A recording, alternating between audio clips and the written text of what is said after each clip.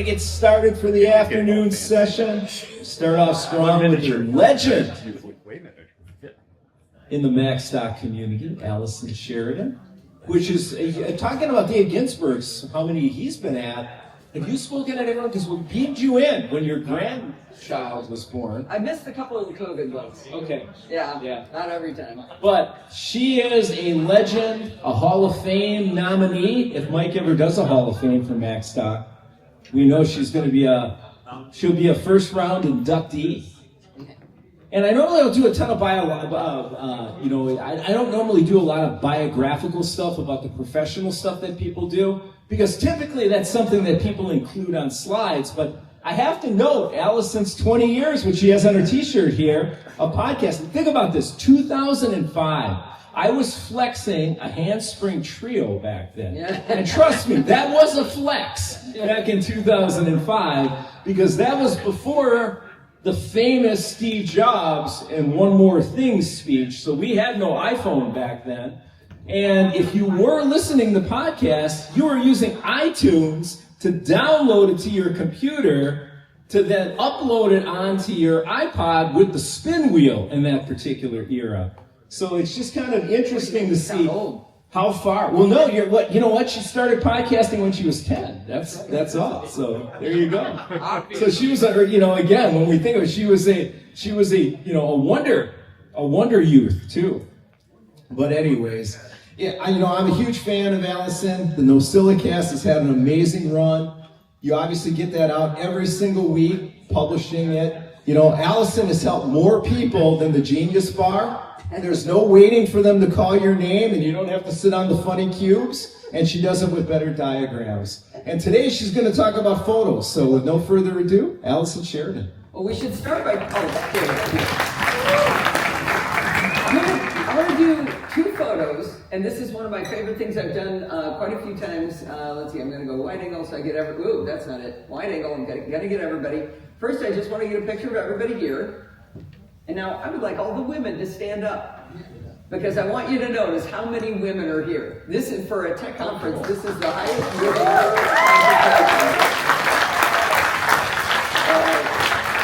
look at this. This is great representation, right?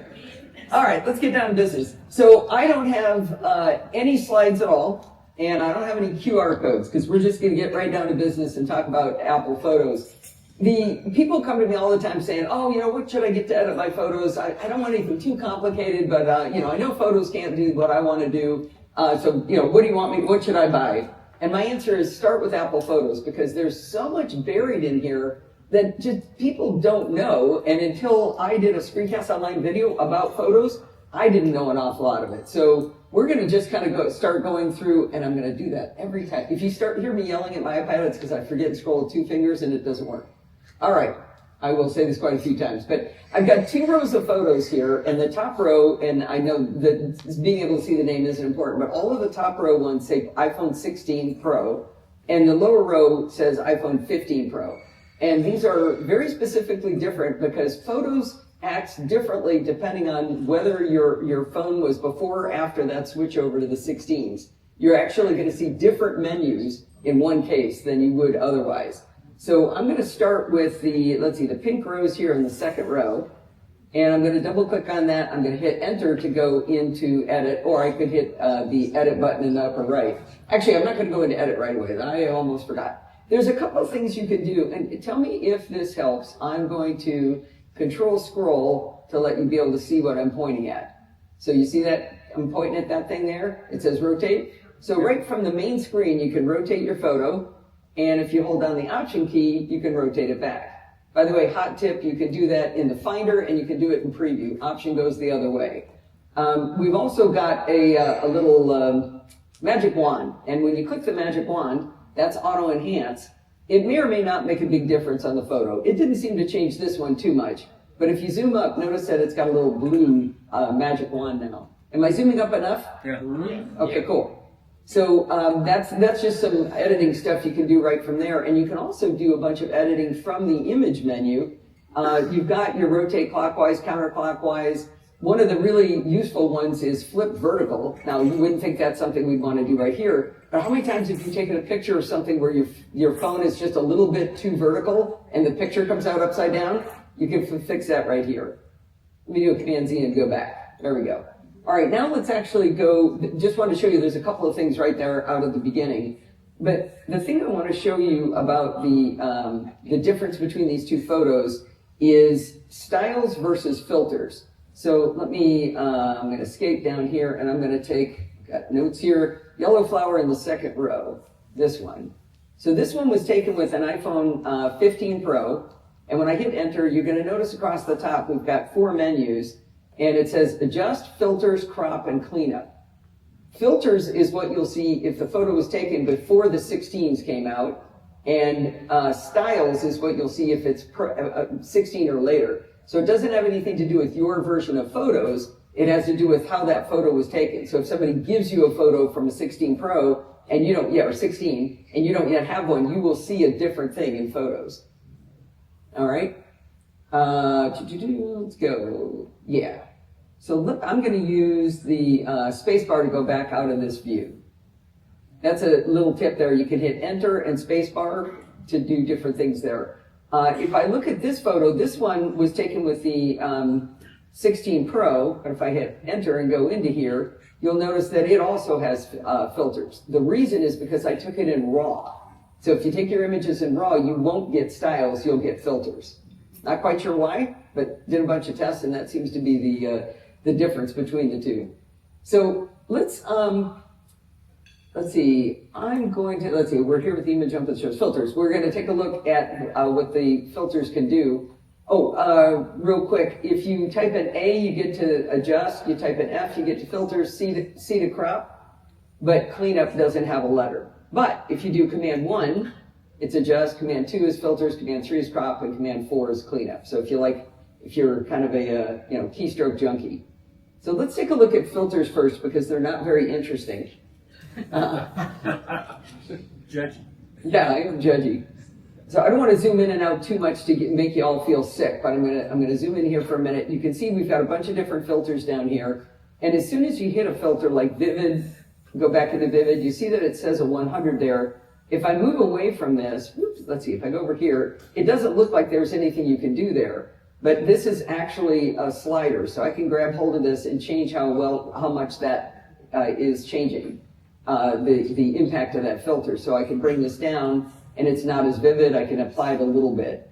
And if you take anything away from all of these things I'm going to show you how to do is, what I find is I go in and I'm going, oh, I'm going to adjust this and adjust this. Oh man, it's looking really great. And then I go back to look at the original and I go, oh, I took that way too far. So I'm going to be swinging these sliders just wildly in each direction because it's going to show you what it does, but don't ever do that. You want to do little nudges to see what you can do with it. I mentioned revert to original. If I drag this all the way up in the upper left here, we've got a button that says revert to original. There it is. And so if I click on that, it's going to take us all the way back. But I can also do things to see just how big is that effect. So I've got this vivid thing on here. In the upper left, there's a little button that has it's a kind of a before and after icon. So if you click it, the picture just blinks. It's because you're supposed to hold it. You press and hold and you get to see it. Now I'm going to let go. I can press and hold. If you don't want to go all the way up there and you're a keyboard junkie, the letter M will do it. It's going to look stupid with Keycaster. It's going to show you a whole bunch of M's here as I hold it down. But you just hold the M key to get that effect so you can see what it used to look like. And that's another good way to go, have I gone too far? Have I done a little too much? By the way, I know this material really well, so if you want to stop me in the middle and ask questions, you can do that. So I said they're not very interesting, and I just really don't think they are. You can click through these and you can drag the slider up and down and have some fun. You can also click in specific spots in the slider, but notice that these aren't additive. When I go into dramatic, it's no longer vivid. So these filters have nothing to do with each other. They're just, here's a filter, here's a slider, and that's all there is to it. So I'm going to revert this to an original. Allison, can you mix? Nope. Match like vivid and... Nope. Nope. Nope. They're not additive. They don't have anything to do with each other. It's just this one or this one or this one. That's all they do. When you get into styles, it gets a little bit more interesting. You get to see a little more effect. Let's see. We're going to go out of this one. Oops. Escape. Nope. Spacebar. There it is. Let's go into a photo that actually does have the, which photo am I supposed to be in? I don't remember which photo. I'm supposed to tell myself which photo. Okay, well, we'll go into one of these. We'll go into this one. And I'll hit enter. And now, whoops. Is that using filters? That one should be, oh, this one. Better see styles. I mean, that one's mislabeled. So styles are kind of do some of the same kind of things, but you have a lot more control. The first thing you're going to notice over here on the right is we have two sections. We've got undertones, and then down here we've got mood. And undertones work on things like skin tone and like it says, tones. Mood is more like the overall feeling of the picture. So it's going to be a lot more broad-based in what it changes versus what the undertones can do. So I'm going to go through a couple of these, but if I'm going to start on rose gold, so you look at this square grid that we've got going here. As soon as I hit it, you'll notice the thing kind of has some rose gold look to it. There's a dot in the center, and I think you can see that dot pretty well. That's okay, I don't need to zoom in it. Okay, good. So if I slide directly to the left on this, it's starting to desaturate. So you see how it's gray on the left, it tells you it's going to do that. So now I've completely desaturated that. If I go all the way to the right, it's going to be super rose gold. If I go up and down, it's really hard to go straight up and down, but if I go straight up and straight down, that's going to be brighter and darker within that. So that's kind of the controls you have there. Now you'll notice when I let go, I didn't get back to 0, 0. It says -3 and 3. You can actually change those to 0 and 0. So they don't look like they're editable, but they are. If you really are, anal enough to want it to be 0, 0, which, of course. Can't see why you wouldn't. Let's see. Go next. Okay, did that. Now, you can, of course, go diagonally up and down. You can go up into the region all the way up here, and you start to see that's starting to get pretty interesting. We can also take an effect like this. Like I'm going, yeah, that's kind of the color the way I want it to look, but it's too much. It's too intense. Well, again, just like we saw with filters, you've got a little thing you can drag here, and you can dial back the effect. So that was where I wanted the color and brightness and things to go, but it was too much. I'm going to bring it back down. And so you've got a lot of different controls within each one of these. Yeah? Could you just do the flower and not the rest of the image? Could you do just the flower and not the rest of the image? No. Thank you. That is one thing that I wish there was a way to like brush in color and stuff. That's something I miss from Aperture days that has never come to Apple Photos. Maybe with, who did they buy? Pixelmator? Pixelmator. Maybe between all those people, they'll get it back to us. I think that would be great. Now, if I leave this one on and I go to another one, I'm trying to remember, I don't think those are additive either. These effects are not. But we will get into some effects that are additive later. Let's see. One of the ones I want to look at, you can jump through these and have some fun clicking on them. But if we go down to some of these, like muted black and white, kind of an interesting effect, and then we've got stark black and white. And this is really interesting. These are both black and white filters, but they act very, very differently. So if I go to muted black and white, the default here says 40 and 0. That's where that little, you can see it's up, but it's not left or right. And if I go down to stark black and white, that one is -100 and 0. But if I make this one be 40, it doesn't look anything like muted black and white at 40 and 0. So they're different in some way. Play with the one that makes you happy. It's kind of what I'm thinking here. Any questions on any of these? Because they all pretty much work the same, just understanding moods versus tones, and then the way the graph works. Yeah, Doc. Hey, Doc, let me give you the mic. I can also repeat the question. I'm real good at that. You are Allison. For additive process, could you add the first one, save as, bring it back in, and then add the second one? You could, but that would be destructive editing when you did that. Okay. So right now, everything I'm doing, you can hit revert to original, and you're right back. When you do save as, is there an option to save as a new photo, or is it only going to save in place on the same one? Well, you have to export the photo. There's no save really in photos. Yeah. They could duplicate. What about You could duplicate it, Yeah. but I don't know that, it would probably, what you have is a file and the photo, and you have a sidecar file that understands all of the edits that you've made. I believe that sidecar file would also be duplicated and you'd be in the same situation. If, as soon as you change to a different filter or a different style, it would erase the other one. There you go. There you go. Now we know. Did I say anything wrong, Charles? Sidecar file, got it? Okay, thanks. All right. So now that's kind of the gist of that. And I think once you see one of these styles, you get the gist of how to mess with it. So I'm going to revert to original so that I get my demo always back to where it's supposed to be. And we're going to go to the adjustments tab. Let's use Command 1 because that's fun.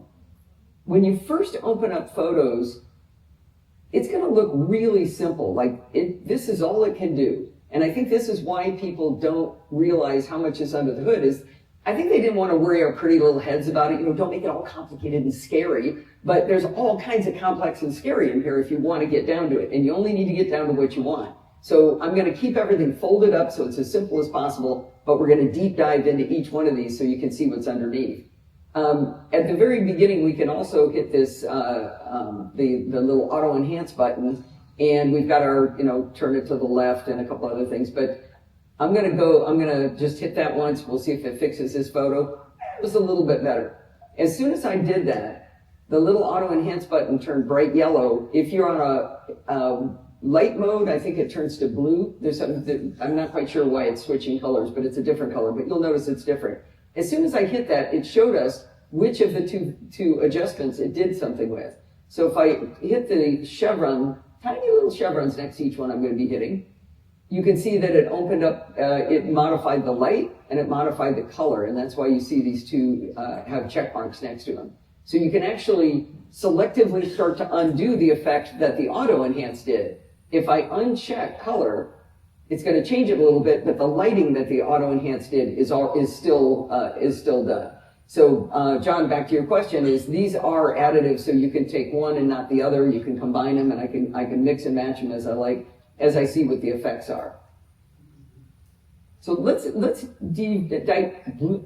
deeper. I'm going to revert to original, and let's go into light. When you open it this first time, you get a little slider, and you can drag that slider up and down, and it does cool stuff with the light. You think, wow, that looks really great, but I want more control.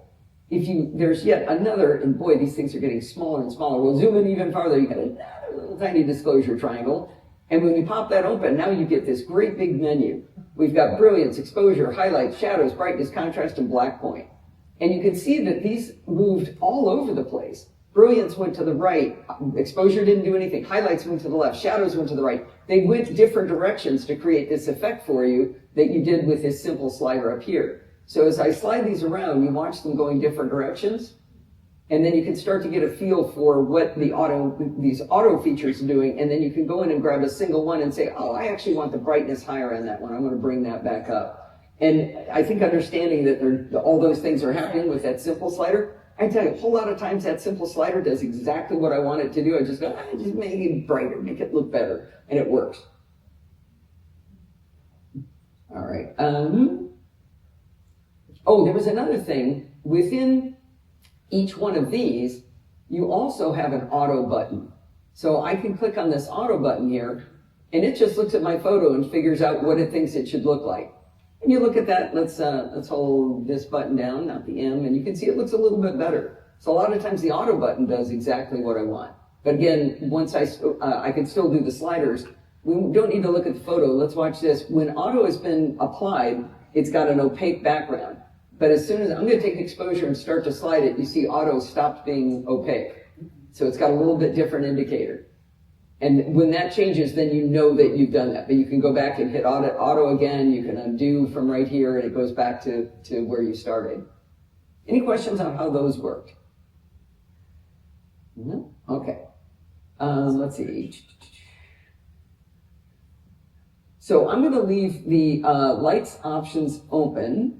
And let's see, close options. Okay, let me close that one. I have these notes because if I do it in order, it makes a lot of sense if I don't. one of the things, oh, this is what I wanted to show you. Let's say I like light, I just had light open to the main thing, but under color, let me see it, say I wanted all of this stuff open. If I get out of editing, and I go back in and I pop open a different photo, I've got to get one that's, oh yeah, adjust, and one, there we go. You'll notice that light is open to the top level and color is open to the top level plus the options below it. So it preserves the way you like your palettes. So if you're never, ever, ever going to go into curves, for example, which you should never do, wait till we get there, it's crazy. You could just leave it closed up so it doesn't bother you, it doesn't get in your way, it doesn't make it look more complicated, it doesn't make it harder to find things. So when you find the set of tools you like to use, you can leave those open and they'll always be open when you go back. No matter what photo it's in, you go back in and out on that Mac, you're going to have those controls the way you left them. So that's photo independent? Steve asked, is that photo independent? Yes, it's photo independent. So I just switched photos and it looks the exact same way I just left it. I can come back tomorrow and it's going to look just the same. Pretty sure it survives a reboot too. That would be good for me to know the answer to. All right, we're going to go back to our pink rose. All right, I'm going to put auto on for light, and in color, you'll notice that there's three sliders here. Saturation, vibrance, and cast. And if I change I'm going to drag the center slider up there. As I slide it to the left, you'll see that the saturation is changing. So I'm basically making it a black and white photo and going to like super, super saturated. That looks pretty cool. That's a perfect example where I think that looks cool, and then I post it online and go, what? Yeah, an acid when you did that one? So we'll dial that back a little bit. But you'll notice that when I'm below zero, only the saturation is moving. But as I pass above zero, vibrance will start to move, but cast never moves. So each one of these is doing something a little bit different. And that's back to my lesson. Swing these wildly to understand what they do, and then dial them to do what you want them to do. Because, of course, I can come back in and say, okay, I'm on high saturation, but the vibrance is a little over the top. And then cast is going to actually change the color cast of the photo. Let's see, which way does it go? That's a real bright green. I don't understand. What color changed there? I saw it change, but I don't know what it did. Yellow? Yellow up to the right, maybe? Yeah, versus blue left. Maybe blue left? Yeah, but see, there's some things in here about that too that we'll get to. I'm not quite sure which one there is. Let's see. And you're seeing the effect on this photo. Each of these photos has been handpicked to do what I want it to do to explain that thing. So it may not do what you're seeing here on a different photo if you don't have bright pink or bright green to turn, be affected by the yellow. That would be different. So it might be different. I'm going to jump down. Let me close up color. I'm going to undo that one. I'm going to close that back up. Actually, let's undo light. And we're going to go into black and white.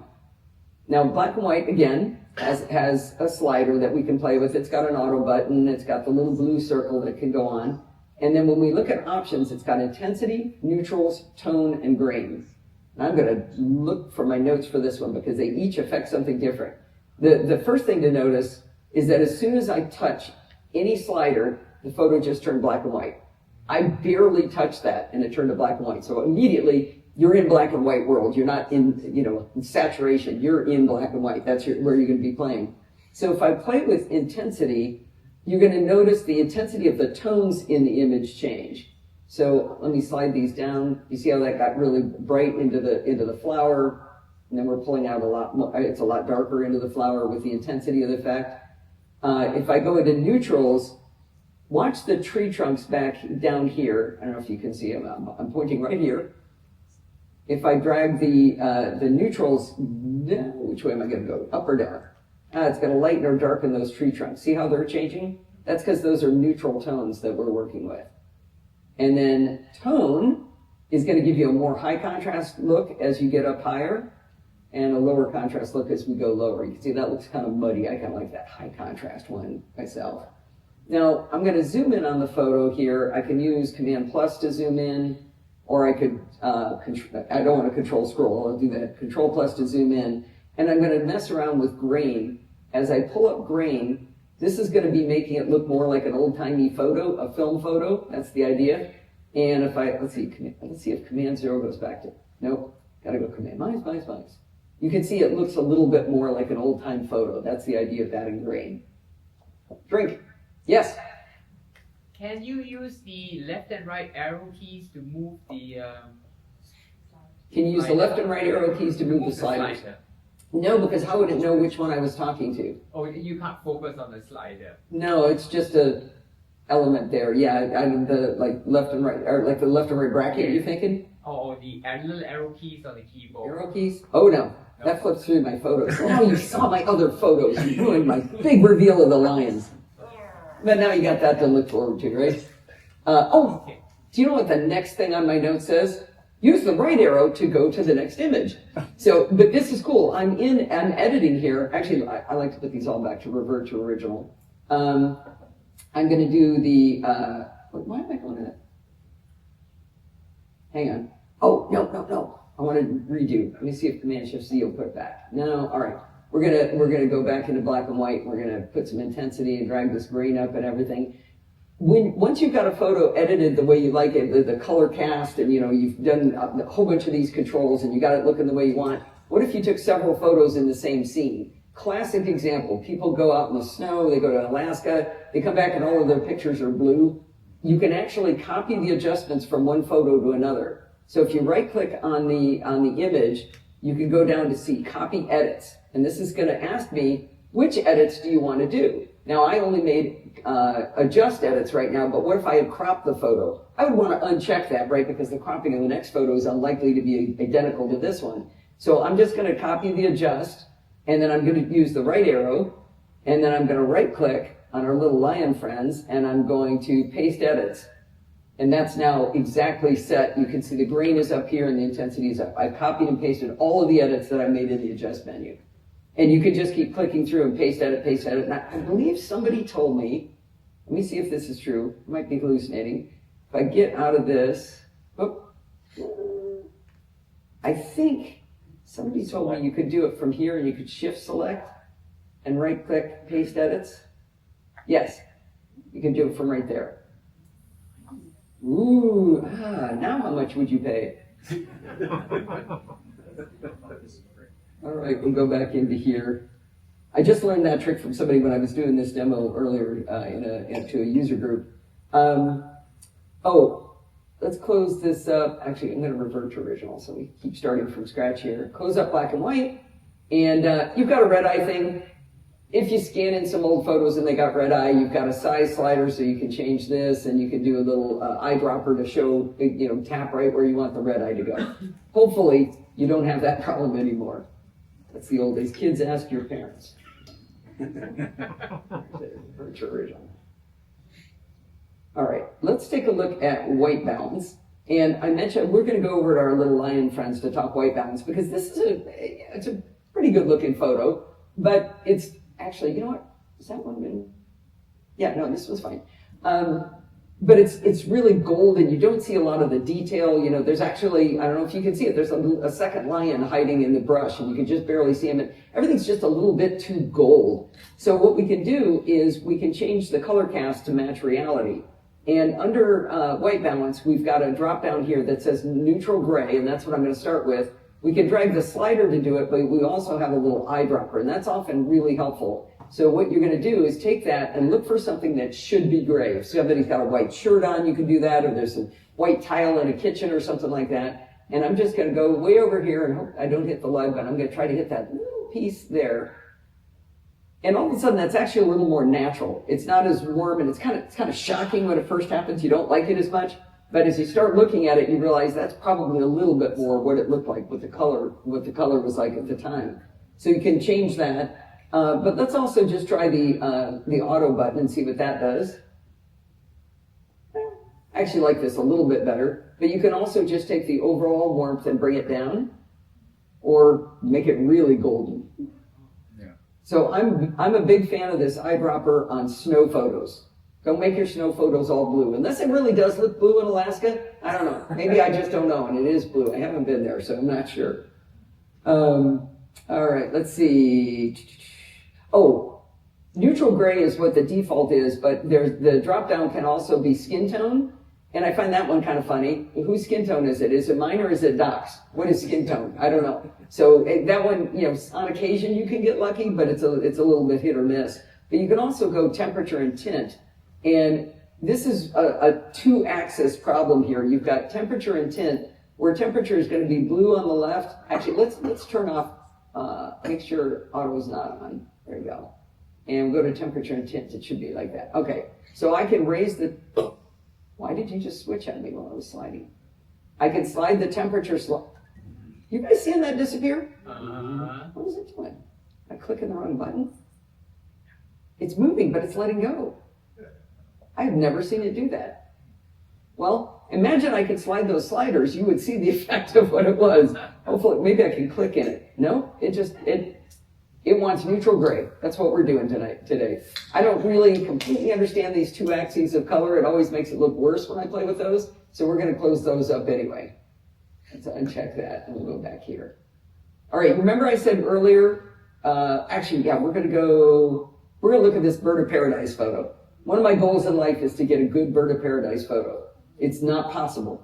They're amazing flowers, but they all look different directions. So they're like the seagulls in Finding Nemo when they're all going, mike, they're like that. They're all looking different directions. It's very hard to get a good picture. But we're going to try anyway with this one. And we're going to look at two different controls here. Is there anybody here who's a photographer or actually knows how curves work? Okay, so if you could leave, that'd be great, because I'm just going to make a complete hash of this. But the interesting thing is curves and levels do very much the same thing, but they get there a different way. So curves, you start with this diagonal line, and you drop a point on the line somewhere, based on some knowledge of how this works, probably.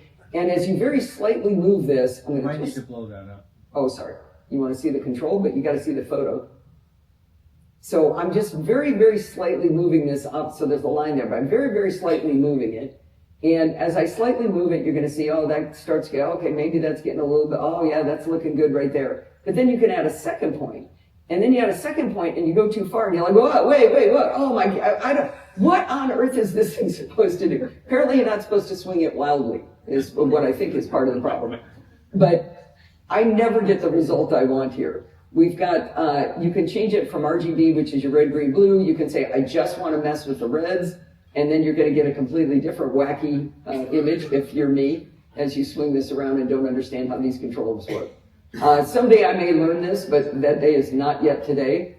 I've got an eyedropper here, these three, and I've been trying to figure out what they do. I'm not exactly sure. Black point, gray point, white point, and then... Oh, it is? Yeah, it's what, that's right. I did find that at one point. And the last one is pick which color you want to manipulate. They're all, okay, he says that's white point. Black.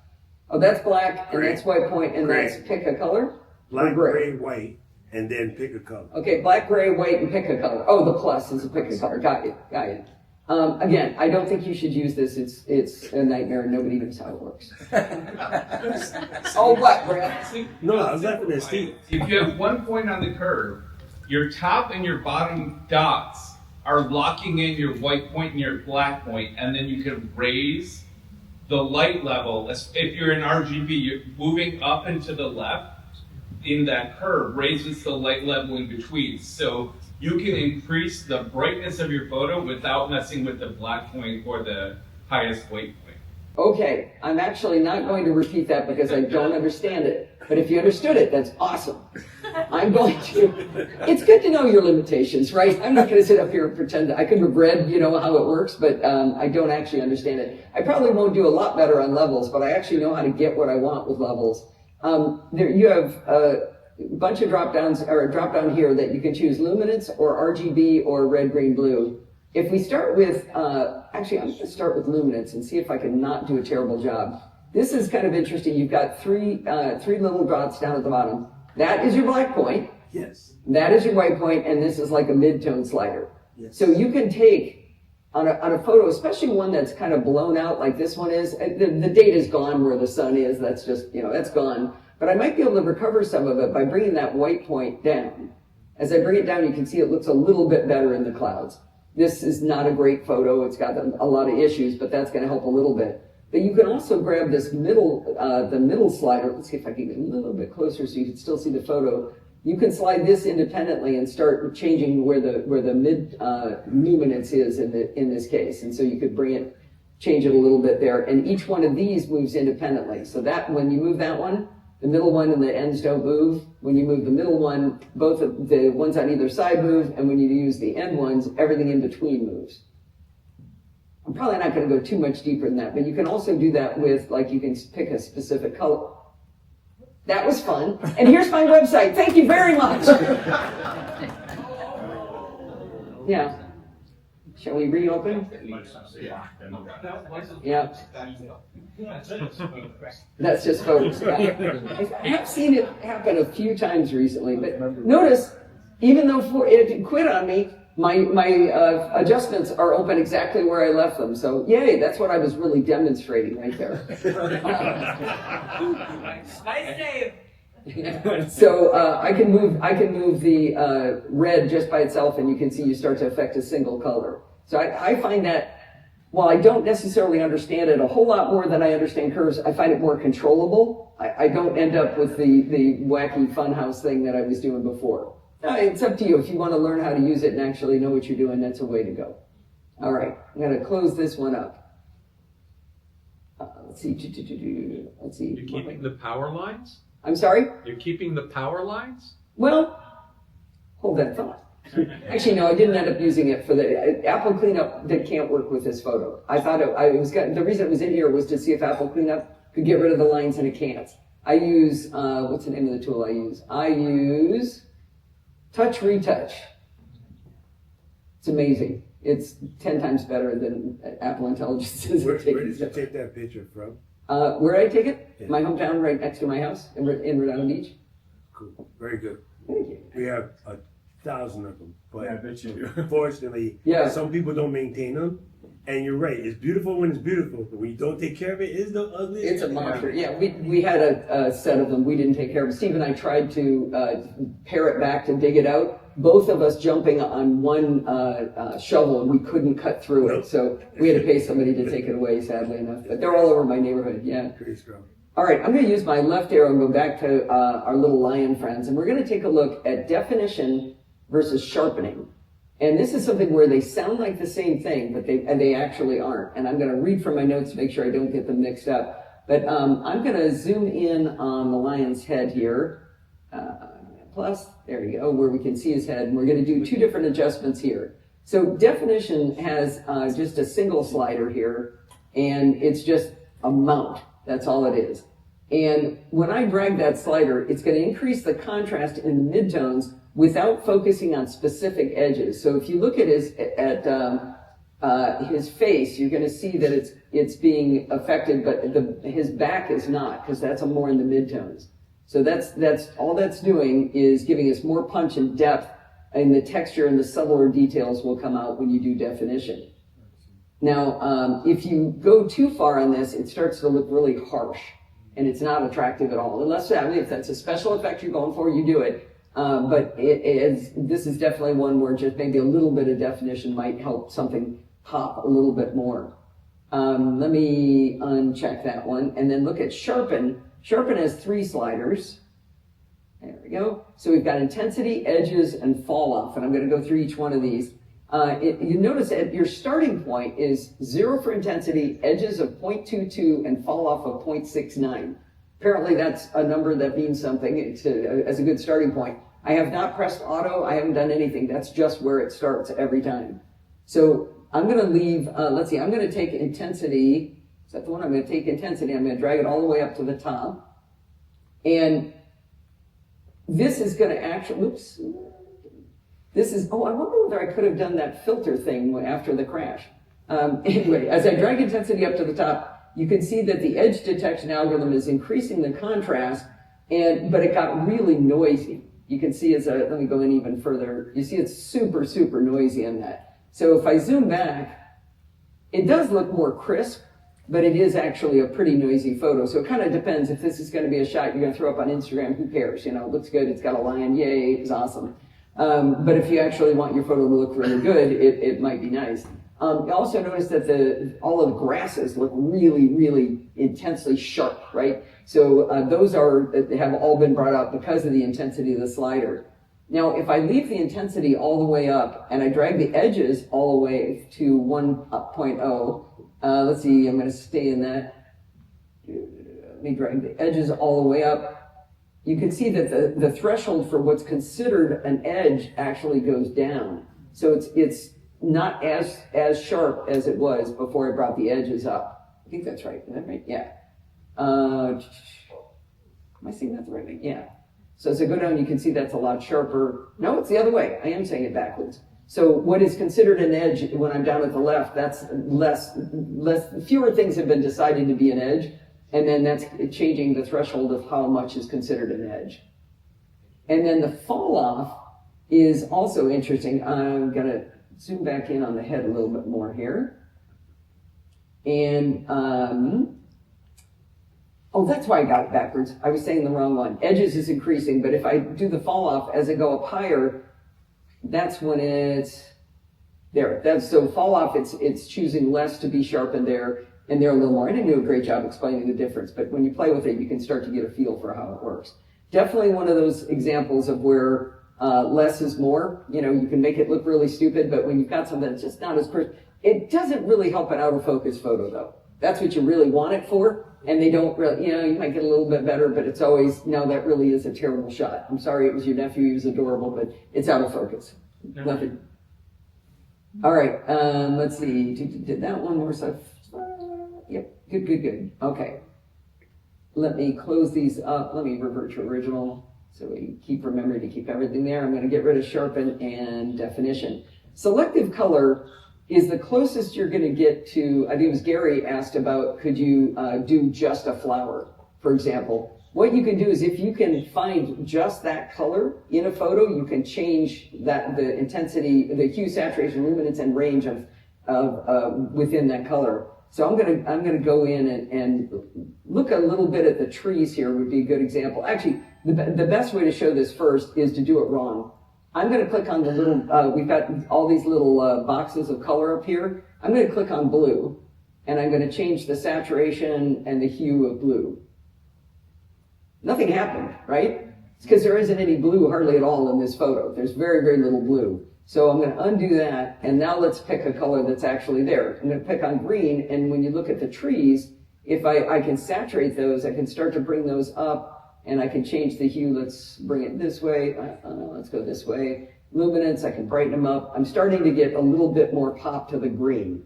Not a huge effect, but if I can go in and I can use the eyedropper, and let's see if I can go in and find one of these leaves. I'm going to try to eyedrop on one so I get exactly the color. Ooh, it made it almost look like a pink. Did it really pick the right color? I don't trust it. Try it again. That's interesting. Back out, and now let's increase the saturation there. Yeah, that didn't work. I don't think I'm getting enough. I think there's not enough detail in the color of that for me to grab hold of it. But if you do have a color you can find, like you wanted to make it more yellow, you could saturate the yellow, but I think we've got plenty of yellow here. Or maybe you want to desaturate that because you want to stop accentuating how golden this is. Any questions on that? Did I say anything stupid? Yes? Yeah, could you do the opposite, where you choose a color and you desaturate everything else? Could you do the opposite? Could you choose a color and desaturate everything else? Not that I know of. Not that I know of. You do have a range slider here, so that's broadening what is considered that color.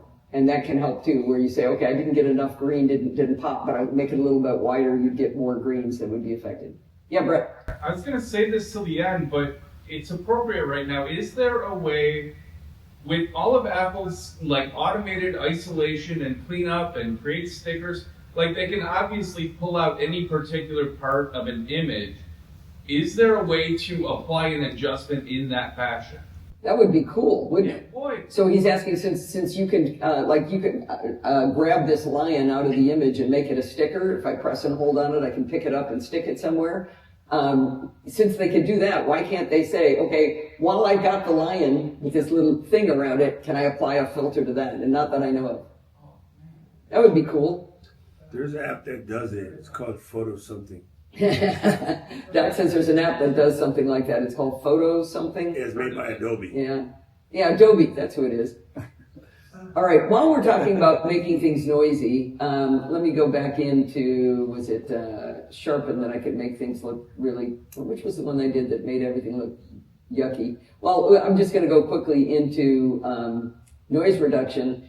When you do have noise in a photo, let's say it was taken in low light and you want to get rid of the noisiness, or you've overdone it on your little lion friend here and you want to undo the noise on that, you can try this little slider, but it's not going to hardly do anything. This is probably the weakest control. There's all kinds of apps and add-ons you can use with Photos to do more than you can do with Apple Photos. So that's really kind of a weak point in the big lineup here, in my opinion. All right, and now Vignette is fun. So Vignette applies a dark or a light edging to your photo. So let me start by going to the right. If I take strength and I go to the right, you see how I'm getting it? It's getting darker and darker and darker. If you go all the way to the top, and if you take the radius and keep going, you can basically make it look like you've got a monocle with looking at this, which is kind of a fun effect. Of course, less is more. This is a trick that Mark Poley, who's a photographer, taught me. He puts a little bit of a vignette on his photos, and it just draws your eye in a little bit better. And so every once in a while, if I'm trying to be super artsy-fartsy, I'll put that little vignette on there. If you go to the left, it actually makes it a white vignette. And I have a photo I took of it was a statue of two little angels sitting on a bench or something. I forget what it was, but a little white statue. And I did a white vignette on it, and it just worked perfectly. It just looked fantastic. So you can do that either way. And then even once you've done it, let's go way up here. We can change the softness of it, so you also soften that effect. You can see it's not quite the same as radius, but it's making it just a little bit more faded in. Cool? All right. Now, I have been using the revert to original, but you'll notice I've also been doing the undo within each one of these. And down at the bottom, like let's say, yeah, I'll leave that on. I've got selective color going and I've got vignette going. You can also, if when I've been doing revert to original, that's everything I've done to this photo. If I had applied styles, I'd done a crop, I'd done a rotate, every time I'm hitting revert to original, it's undoing all of that. So if you just want to undo what you've done within adjust, down here in the bottom right, you've got a reset adjustments button. So if I just hit that, then anything I did in the other sections wouldn't be undone. Make sense? All right, we're about to leave here. We're going to go into the exciting world of live photos next. And let's see, escape, right? We've got another folder here, and I'm going to start with this folder of Victoria Falls because I like to show off all the cool places I've been.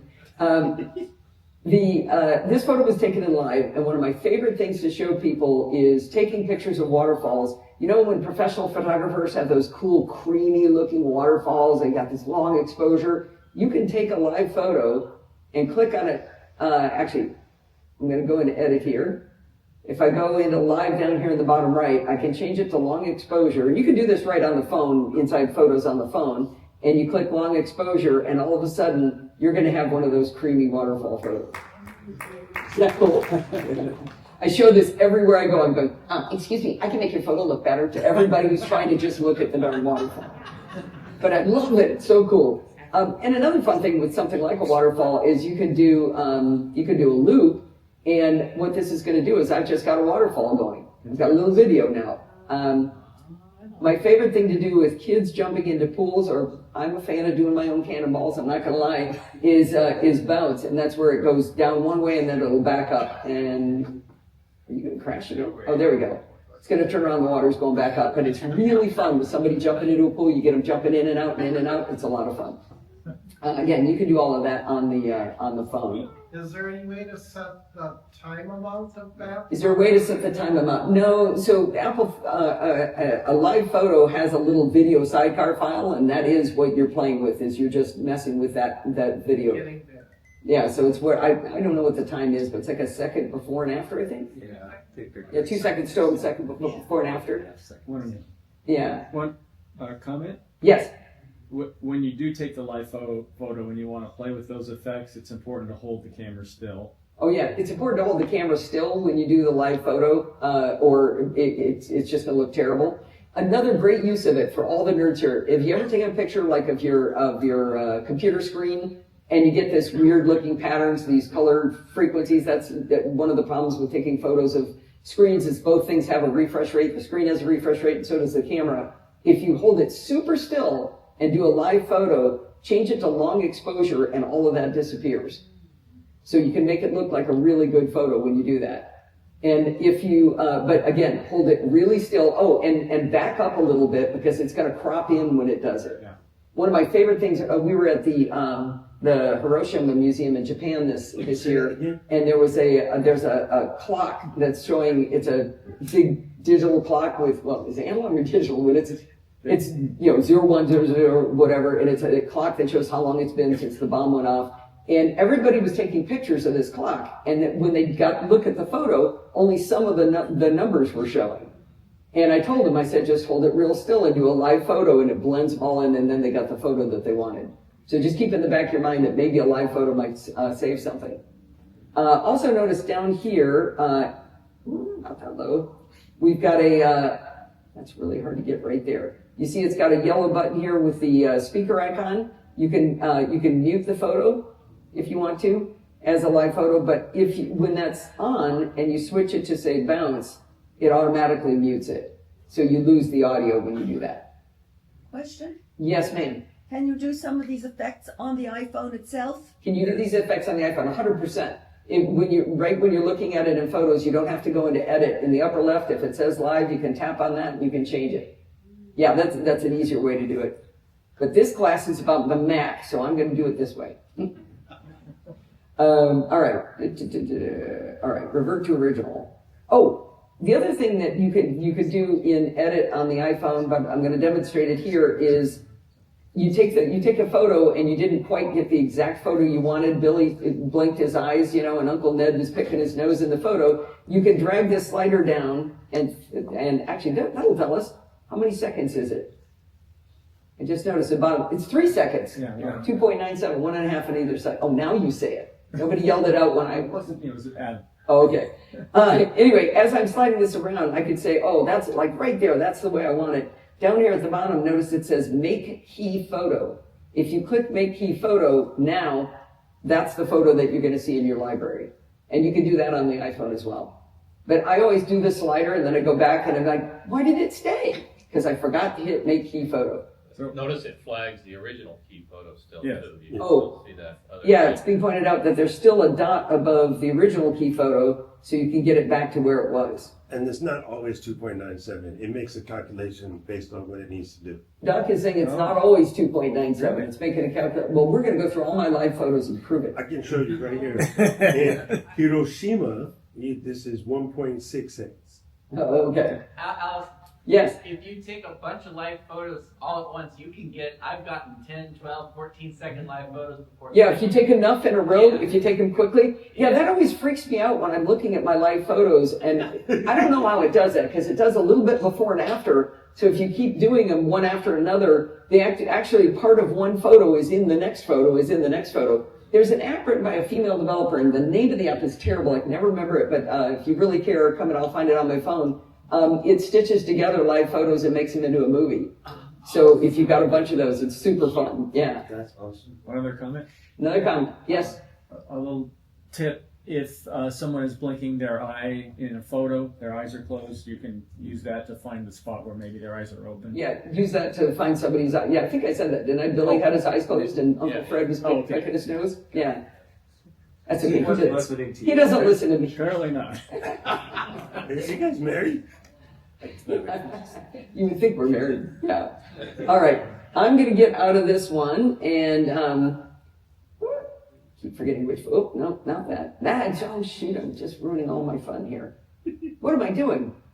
Done. Yeah, that's not the photo you're supposed to be looking at. Got to go back to these. I took a photo purposely poorly on my desk, but how many times have you had a picture? Maybe it's a building, whatever it is. It's supposed to have parallel edges and it doesn't, or it's cattywampus a little bit. They've added recently in crop In the upper left, we've had straighten forever, and that's really good for taking pictures of the horizon. Please horizon parallel your photos before you post them. Makes my eyes bleed when I see people post this great photo and it's off by like 15 degrees. Kirsten says she does it all the time. You can turn on the grid. Well, you can actually, she says you can turn on the grid, but you can actually turn on the horizon indicator. But I've still come out with photos not straight and I have to go fix them. But I fix them before I do it. But what I wanted to show you was this vertical and horizontal sliders. And I had a better example, but I accidentally deleted the photos. But what this is going to do, if you look at the little icon next to vertical, you can see it's trying to fix the keystoning on along the vertical axis. So as I drag that, you can see I can start to make that photo a little bit better that way. And then I can do the same thing with the horizontal keystoning. I can go that way. And now, I mean, this isn't the greatest example, but you can see that I've got a photo that's maybe a lot more straight. And maybe I want to just crop in on that thing and I can make that be recoverable for what I wanted. Usually this is where I'm trying to take a picture of a screen or something and I got a little cattywampus and I want to straighten it up. So both of the vertical and horizontal keystoning controls are pretty handy. Recently, we've got the same flip thing we talked about before. We can flip that. Oh, option. Yeah, ooh, look at that option and it flips the other way. Always press the option key to see what happens. Yeah. It's always fun. I did not know it could do that until I just did it. I think you guys probably understand the aspect ratio.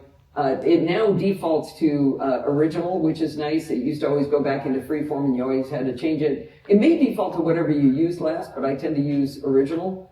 And you can change the aspect ratio to, 90 degrees to the way you took it if you want down here. All right. That's crop. All right, we're getting near the end. I don't know how long it was supposed to go, but we're going to go until it stops being interesting. Some people say you're supposed to be off stage a little while ago. Oh, no, Get the hook. there we go, get the hook. Again, in an effort to show off things, this is my little puppy being dragged around by my grandson. It's incredibly adorable. I'll just give you an idea what the video looks like. You can see it's brown, blue. It's adorable, right? Yeah. Is he using a vacuum? Yeah, no, I'm just dragging him around for no reason. But what I wanted to show you is that you can, all these photo tools that you had are also there in videos. And so let's say, I'll do an example. We'll do, where was black and white? Was that white? No, black and white. There it is. Let's go through here and we'll just make it black and white real quickly. And now you look at this, I've got a black and white video now. I thought that was cool that you could do that stuff in photos as well. I mean, videos as well. All right, revert that to original. I had one other thing that you showed the loop, like you might want to loop this. Yeah. Or so that you had a Jill constant says video. you might want to loop it. Yeah. You have export. If you go in and export it, you can export it as a file, export. You can, you might have to make a duplicate of it first. Sometimes it won't let you do a live photo. This isn't a live photo. This is a video. Okay. It's a video. Sorry, yeah. Oh, but you're saying on the other On the live waterfall photos? one? I should have done the waterfall one. I should have spoke up. But you can export it as a GIF. You can export it as a GIF. Oh, that's cool. A GIF, yeah. And then, It's fun. I mean, I didn't do it correct. It's just the way I say it. yeah. All right, cool. Anyway, just as a side note. Cool. Well, let's go look at the amazing, powerful, awesome Apple Intelligence. Okay? A little sarcasm? A little bit. So I'm going to hit cleanup right now, and I'm going to talk for 7 or 8 minutes while it loads. Oh, no, it came up quickly. Good. It must be because I did this one before. You'll notice things are glowing in the picture. We've got some people over here. We got a woman and a dog and a little kid, and we got a man here and a guy there. And in the controls on the bottom, it says click, brush, or circle what you want to remove. Pinch to pan and zoom. Well, I know how to do that. I can do that. Okay. So let me just click on this lady and watch the little boy. And he disappears. It's not great, but you wouldn't notice it from a distance, that's for sure. I like that it left the dog there, but it got rid of the little kid. We'll get rid of this guy. That one didn't work quite as well, did it? But you'll notice that it's getting rid of this reflection as well. Let's see if see there, it just wants to get rid of his reflection as though he's a ghost. It's amazing. You can select again, I think. This is the best photo I could find to illustrate how good it is. So let's go over here. And when it said you could drag too, so I'm going to drag around, even though this isn't glowing, I'm going to drag around this big gloppy thing of seaweed, of kelp, and now that's gone. So it's okay. I really do recommend, actually, you guys want to see Touch Retouch? Yeah. Let me see if it's working. They changed the way it works, and I think this doesn't work anymore. Yeah, that used to work, but I think now, oh no, it did. It did. Okay, so we've got, let's see, this is not looking, okay, object removal tool. When I click that, this is not looking, this may be the wrong one. Well, let me go in. Whoop, undo. Sorry, I was trying to zoom in. If I go through and let me see if I can erase this guy. See if that does any better. And go in the upper right, and he's gone. That's pretty good. Except it's pretty good. I've still got his shadow there, so I need to go through and say, okay, well, let's see what it does with that. This is pretty forgiving image for this kind of thing, but yeah, there he's gone. So that was a little bit better. I could definitely get rid of those power lines. This is what I use, and it works on the phone as well. It's not very expensive. I forget how much it is, but it's called Touch Retouch, and it works like you can see as a plug into Apple Photos. Oh, hello. Let me cancel this. I really confused it. Discard changes to get back out. But yeah, that's what I use in general. But I mean, this could be cool eventually, right? Yeah. Right? It's going to be amazing. Question. Yes. How is it deciding which people to keep and which to remove? How is it deciding who to keep and who to remove? I don't know. AI, man. What's the center? What I tried to do, the easiest photo I usually do is I usually do a picture of the beach and there's always a trash can in the photo. So I always have it do the trash can. I couldn't find a picture on the beach where it would get rid of the trash can to save my soul. Just kept going, oh, look, that lady's ugly. Let's get rid of her. And left the trash can. I don't know. It's kind of disappointing that I did have this much trouble with it. But if you look down in the bottom right, there's a little, come on. Whoop, and that's nice. That's notes trying to come up. Let me get back out. Trust me, in the bottom right, there's a little button that when you click it, that's not supposed to be reset current state. There it is. If you click it, it allows you to report a concern to Apple Intelligence, what didn't work right. So you can help them if you want to.